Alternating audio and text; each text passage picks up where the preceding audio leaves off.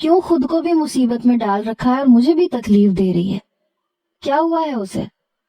اس کی بھابھی نے اپنے آنسو صاف کیے، کہنے لگی اسے کینسر ہے۔ یہ سن کے مجھے لگا جیسے میرے پیروں سے جان نکلی تھی۔ میں نے کہا کیا کہہ رہی ہیں آپ ہوش میں تو ہیں؟ میں بالکل بے یقین تھا۔ اس کی بھابھی رونے لگی، کہنے لگی وہ کینسر کی آخری اسٹیج پہ ہے، اور کینسر تو اسے بہت پہلے سے تھا، تم سے شادی سے بھی پہلے سے۔ یہ سن کے میرا دماغ سن ہوا تھا۔ یہ کیسا انکشاف تھا؟ وہ کہنے لگی لالا رخ زرنش کی دوست ہے، اور لالا رخ تم سے بہت محبت کرتی ہے۔ پہلے تم سے کبھی اظہار نہیں کیا کیونکہ نفرت کرتی تھی، لیکن جب حادثہ ہوا تو وہ بہت ٹوٹ گئی تھی کیونکہ تمہارے گھر والوں نے اس کے ساتھ بہت برا رویہ اختیار کیا تھا۔ اس کی معذوری کو لے کر اسے بہت باتیں سنائی تھیں۔ یہ ایک اتفاق تھا کہ جمال کی دوستی قاسم سے تھی، کاروباری طور پہ بھی اور ویسے بھی۔ زرنش کو جب یہ پتا چلا کہ اسے کینسر ہے تو ہم سب لوگ تو مایوس ہو چکے تھے، لیکن اس کے باوجود وہ ہم سب کے سامنے ہنستی بولتی رہتی تھی۔ جب تم آئے تو زرنش نے ضد کر کے تمہارے آفس میں جاب کی کیونکہ وہ لالا رخ کو اولاد دینا چاہتی تھی۔ جانتی تھی کہ خود تو بچ نہیں پائے گی، جاتے جاتے اسے خوشیاں دے جائے۔ یہ سن کے مجھے اپنا دماغ گھومتا ہوا محسوس ہو رہا تھا۔ شاید اسی لیے لالا رخ میرے بارے میں سب کچھ جانتی تھی۔ اسے یہ پتا تھا کہ میری شادی ہو چکی ہے۔ تو یہ دونوں دوستیں تھیں۔ کچھ ہی دیر کے بعد لیڈی ڈاکٹر واپس آئی، کہنے لگی کہ ہمیں اگلے ہی ہفتے آپریشن کرنا پڑے گا کیونکہ زرنش کی کنڈیشن ٹھیک نہیں ہے۔ ہم نہیں چاہتے کہ اس کے ساتھ ساتھ اس کے بچے کو بھی نقصان پہنچے۔ میں فوراً سے لیڈی ڈاکٹر کے پاس آیا۔ میں نے کہا اسے کیا ہوا ہے؟ وہ ٹھیک تو ہے؟ کہنے لگی ہاں، ہم اسے روم میں شفٹ کرنے لگے ہیں۔ جیسے ہی زرنش کو روم میں شفٹ کیا گیا، میں کمرے میں آ چکا تھا۔ مجھے دیکھ کے کہنے لگی یہاں کیا کرنے آئے ہو؟ جب آپ کا بچہ پیدا ہوگا تو اسے لے جائیے گا۔ میں اس کے پاس آ گیا، اس کے فولڈنگ بیڈ کے سامنے رکھی کرسی پہ بیٹھ گیا، زبردستی اس کا ہاتھ اپنے دونوں ہاتھوں میں لے لیا۔ کہنے لگی چھوڑے مجھے آہل، کب تک چھپاتی رہو گی؟ میری آنکھوں سے آنسو بہنے لگے۔ تب وہ مجھے حیرت سے دیکھ رہی تھی۔ میں نے اس کے ہاتھ کو اپنے ہونٹوں پہ لگایا اور پھوٹ پھوٹ کے رونے لگا۔ میں نے کہا مجھے بتایا کیوں نہیں؟ تمہیں کیا لگا بتاؤ گی نہیں تو مجھے پتا نہیں چلے گا؟ کہنے لگی او تو آپ کو بھابھی نے سب کچھ بتا دیا، میں نے منع بھی کیا تھا۔ میں بالکل اس کے قریب ہو کے بیٹھ گیا۔ میں نے کہا یہ کیا کیا تھا تم نے؟ کیوں کیا تھا تم نے؟ کہنے لگی آپ کے لیے نہیں کیا، جو کچھ کیا ہے لالا رخ کے لیے کیا ہے، کیونکہ جو حادثہ اس کے ساتھ ہوا تھا اس کی وجہ سے وہ کبھی بھی ماں نہیں بن سکتی۔ اور جب میں نے آپ کو لالا رخ کے لیے تڑپتے ہوئے دیکھا تو تب ہی میں نے سوچ لیا تھا۔ میرے گھر والوں نے میرا ساتھ دیا، اس لیے میں نے سوچا کہ لالا رخ کو جاتے جاتے خوبصورت سا تحفہ دے کے جاؤں۔ میں اس کے فولڈنگ بیڈ پہ بیٹھ چکا تھا۔ کانپتے ہونٹوں سے میں نے اس کے رخسار پہ بوسہ دیا، پھر اس کی پیشانی پہ۔ میں نے کہا کچھ بھی نہیں ہوگا تمہیں، میں تمہیں امریکہ لے کے جاؤں گا، تمہارا علاج کرواؤں گا۔ وہ نفی میں سر ہلانے لگی، رنگت بالکل پیلی پڑ چکی تھی۔ کہنے لگی نہیں، بس لالا رخ کو خوش رکھیے گا، وہ بہت محبت کرتی ہے آپ سے۔ میں زرنش کو اپنے گھر لے گیا تھا۔ لالا رخ دیکھ کے حیران ہوئی تھی، زرنش کے ساتھ لگ کے رونے لگی۔ جب تک میرا بیٹا پیدا نہیں ہوا میرا سارا وقت زرنش کے ساتھ گزرنے لگا۔ لالا رخ مجھے خود اس کے کمرے میں بھیجتی تھی، لیکن بیٹا پیدا ہونے کے چند روز ہی وہ زندہ رہی۔ میرا بیٹا زرنش کے پاس ہی رہا، لیکن زرنش کے مرنے کے بعد بچہ لالا رخ نے سنبھالنا شروع کر دیا۔ ابھی بھی زرنش ہماری باتوں میں رہتی ہے، نہ ہو کے بھی وہ ہمارے بیچ میں ہے۔ دوستی کا جو حق اس نے ادا کیا شاید ہی کسی نے ادا کیا ہو۔